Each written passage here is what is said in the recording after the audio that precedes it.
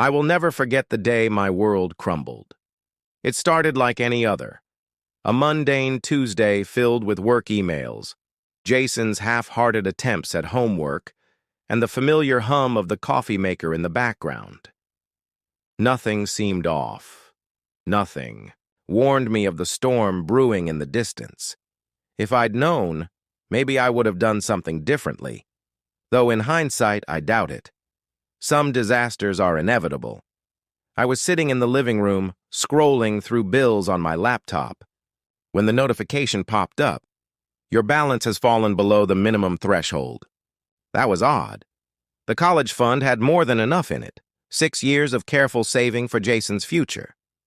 Laura and I had both agreed it was untouchable.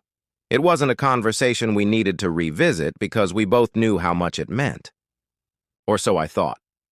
I logged into the account expecting to see some sort of mistake. Maybe a glitch? Banks mess up all the time, right? But no, the truth hit me like a freight train. The account was empty. Not low balance. Empty. Zero. No transactions. In sight. I stared at the screen, the numbers burning into my eyes, hoping, praying, it was a joke, but it wasn't. "Laura!" I called, my voice shaky. No response. "Laura!" I tried again, louder this time. Silence. She wasn't home. That's when the sinking realization crept in. Laura had been acting strange for weeks, a little distant, a little too dressed up for errands, brushing off questions with vague excuses. I had chalked it up to stress, life, whatever. Never once had I thought. I grabbed my phone and dialed her number, straight to voicemail. I tried again, same result. My heart pounded, each beat thudding in my chest like a drum. Jason wandered into the room, munching on an apple, oblivious to the chaos unraveling before him. "Where's Mom?" I asked, trying to sound calm for his sake. He shrugged, taking another bite. "She said she had to go somewhere." Somewhere. That word felt like a dagger twisting in my gut. My hands trembled as I opened our joint credit card. Account. Maybe I didn't want to see what I already suspected, but I couldn't stop myself. And there it was. Transaction after transaction. Flights, luxury hotels, high-end restaurants. My wife was halfway across the country, living it up on money meant for our son's future. I didn't want Jason to see me fall apart, but it was hard. My mind raced with questions. How could she do this? How could she take from our son, from the one person who had nothing to do with our issues? Sure, we'd been arguing lately. Sure, things hadn't been perfect. But this was unforgivable. Jason must have noticed the look on my face because he came over and put a hand on my shoulder. "Dad, it's fine," he said with a smile that was too calm, too knowing. I fixed everything. At the time, I thought he was just trying to make me feel better. Kids don't understand the weight of betrayal, the depth of loss. They see things in black and white. Good guys and bad guys, problems and solutions. I wanted to believe his words were innocent. But even then, something about his tone felt off, like he knew more than he was letting on. I didn't have the energy to press him. My focus was on Laura. I tried calling again, but it was useless. It wasn't until later that night when I checked the closet and saw her suitcase missing that the truth hit me in full force. She wasn't coming back. She had emptied the account, packed her bags, and walked out on her family. On me. On Jason. The anger came in waves, each one more intense than the last. I wasn't just furious at her, I was furious at myself. How could I have missed the signs? How could I have let this happen under my nose? Every transaction, every lie played on repeat in my mind, like a cruel movie I couldn't turn off. Jason stayed quiet most of the evening, watching me with that same calm expression. When he finally went to bed, I sat alone in the dark, replaying the last few months, trying to find answers. But there weren't any. There was just a gaping hole where trust used to be and a betrayal so deep it threatened to swallow me whole.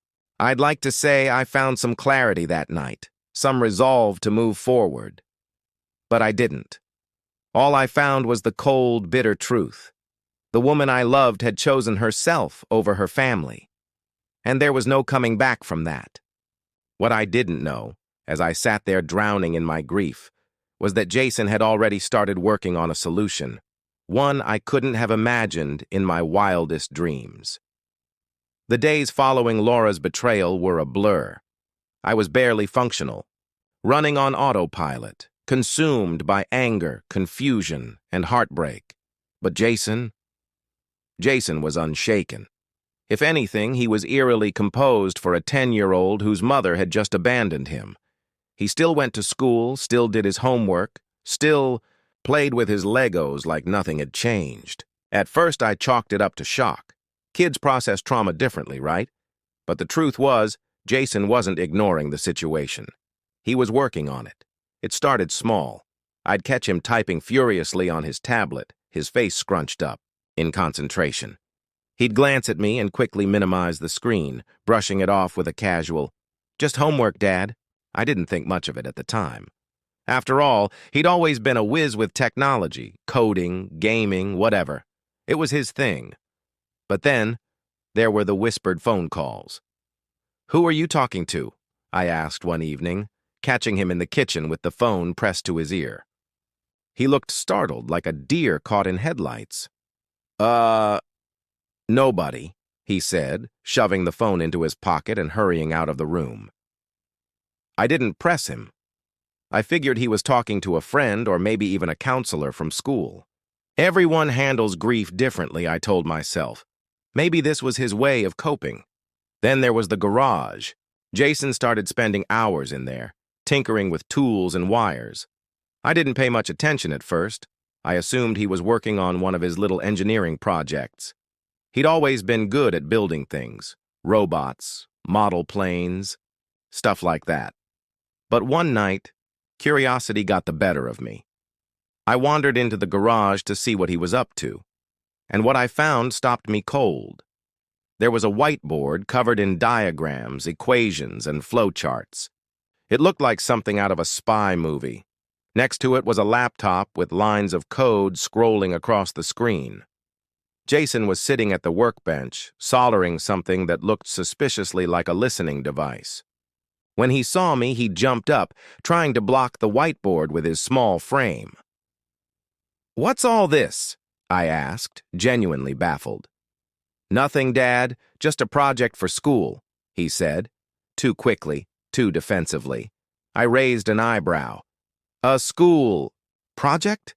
Since when does 4th grade require surveillance equipment?" Jason's face turned red, and for a moment I thought he might actually confess. But then he just shrugged and muttered, "You wouldn't get it," before packing up his tools and heading back inside. I stood there, staring at the whiteboard, my head spinning. Whatever Jason was working on, it wasn't for school. And it wasn't. Just a hobby. The first time I said it, I meant it. "No, Laura, I'm done cleaning up your messes." "Alex, please!" she shouted, her voice breaking. If not for me, then for Jason. Do it for him. That was the last straw. My grip tightened around the phone.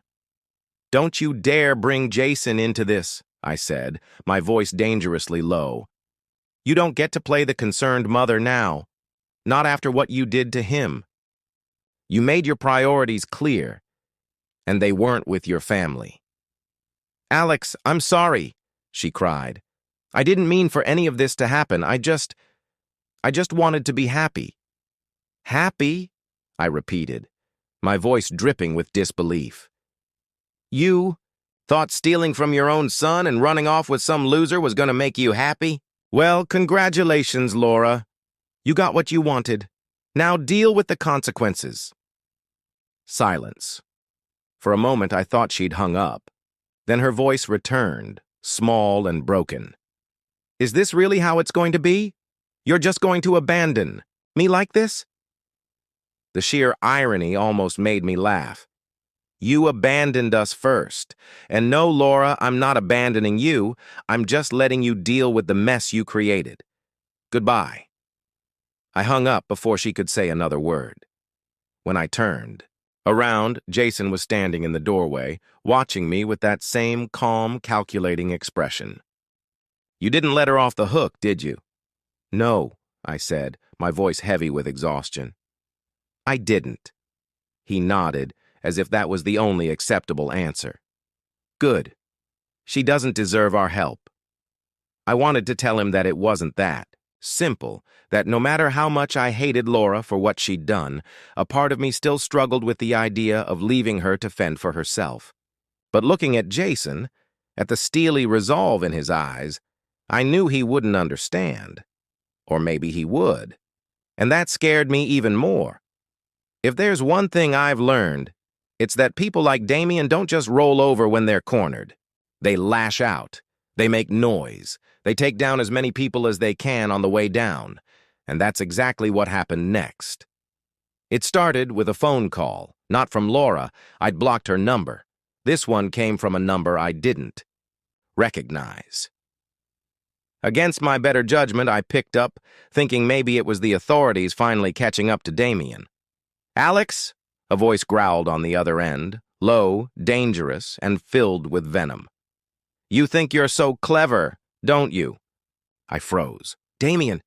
He let out a humorless laugh. Oh, I'm in hiding, all right. Thanks to you and your little brat. You think you can ruin my life and just walk away? I glanced toward the living room, where Jason sat on the floor, calmly assembling a model car as if nothing in the world could touch him.